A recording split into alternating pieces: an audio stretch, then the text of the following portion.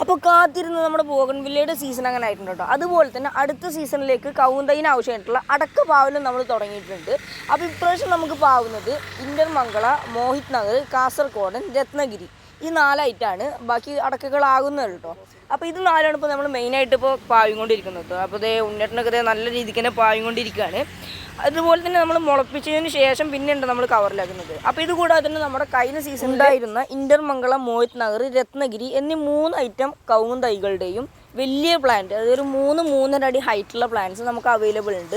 കൊല്ലം പറഞ്ഞ തൈകളാണ് കേട്ടോ. അപ്പോൾ അത് ആവശ്യമുള്ളവർക്ക് വീഡിയോയിൽ കാണുന്ന വാട്സപ്പ് നമ്പറിലൊന്ന് മെസ്സേജ് അയച്ചാൽ മതി. അപ്പോൾ അങ്ങനെ നമ്മുടെ അടക്കെല്ലാം പാവൽ കഴിഞ്ഞതിന് ശേഷം മുകളിൽ നല്ല പൊടിമണ്ണും ചകിരിച്ചോറും പാടെ മിക്സ് ചെയ്ത മണ്ണ് ഇട്ടിട്ടുണ്ട്. അതിന് ശേഷം നമ്മൾ ഫംഗസ് വരാതിരിക്കാൻ വേണ്ടിയിട്ട് ഫംഗിസൈഡ് അടിച്ചിട്ടുണ്ട്. അപ്പോൾ നമ്മൾ വീഡിയോയുടെ ആദ്യം പറഞ്ഞ പോലെ തന്നെ നമ്മുടെ ഒരുപാടധികം ബോഗൺവില്ലയുടെ വെറൈറ്റീസ് വന്നിട്ടുണ്ട്. അപ്പോൾ അതെല്ലാം വരും ദിവസങ്ങളിൽ കാണുന്നതായിരിക്കും. അപ്പോൾ ഇതുപോലുള്ള പ്ലാന്റ്സ് എല്ലാം ആണെന്നുണ്ടെങ്കിൽ വീഡിയോയിൽ കാണുന്ന വാട്സപ്പ് നമ്പറിലൊന്ന് മെസ്സേജ് അയച്ചാൽ മതി കേട്ടോ.